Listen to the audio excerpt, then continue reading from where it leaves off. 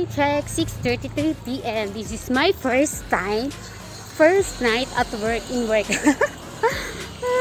After 4 years and 6 months. Oh my goodness. Ngayon lang ako tawag dito, magna-night shift sa analog. Oh. Tingnan natin kung makakaya ko. So, ayun na nga, nakasakay na ako dito sa tricycle, papunta ng labasan. Nakasakay na din ako ng jeep, nakarating na din ako dito sa may 7-Eleven. So, dumaan muna ako ng 7-Eleven para makabili ng kung ano mang kailangan kong pagkain doon. Pampatanggal antok. Ayan, kumuha na din ako ng chicheria para pandagdag lang sa makain, pang snacks mamaya. Kasi hindi ko alam kung ano mangyayari. Dinagdagan ko na din ng noodles para sa madaling araw. So, ayan, nakalabas na ako ng 7-Eleven. Papunta na ako sa my shuttle area. So, may oras pa naman, kaya bagal-bagal lang ako sa paglakad. So, ayan, nandito na ako sa waiting area ng shuttle. Naghihintay pa ng ilang minuto para makasakay ng shuttle. So, ayan, nandito na nga siya. Ang bilis. So, ayan, nakasakay na ako. Mga 7:45 na yan. 7:45 p.m. So, ito, nakarating na din ng company. So, video lang ng konti dito sa labas. Bawal mag-video sa pinakaloob or entrance siguro. Bawal. So, wag natin tayo sumuway. Konting video lang. Ganyan. Hanggang pinto lang. Tapos sa may kainan. Ganyan. Tapos dito sa entrance. Tapos dun sa loob ng konting video lang. Kasi bawal makita ang mga bagay-bagay. So, hanggang daan lang tayo dapat nagvi-video. Ayan, lakad-lakad lang tayo ang person. Lakad-lakad ang person. Chururut, chururut, chururut. Tara! Ayan, sa elevator na tayo. And then, break time na to. Mga 1:30 a.m. na to siguro. Kasi break time na namin.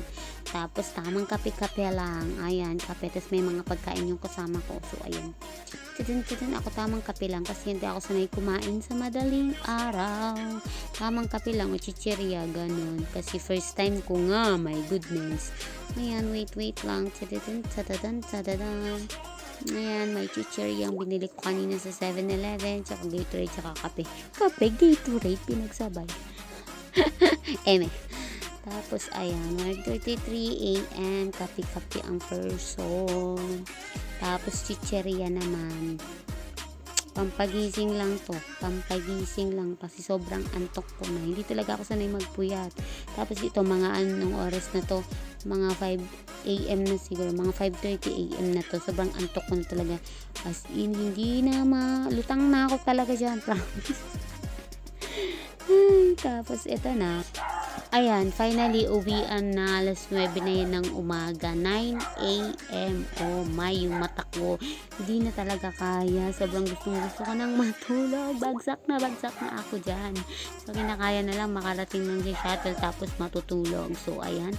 Video lang sa labas kasi ang ganda ng sikat ng araw. Sobrang ang saya ko pag nakakauwi ako ng ganitong maaraw pa. Parang estudyante lang. Tuwang-tuwa pag nakakauwi na yun.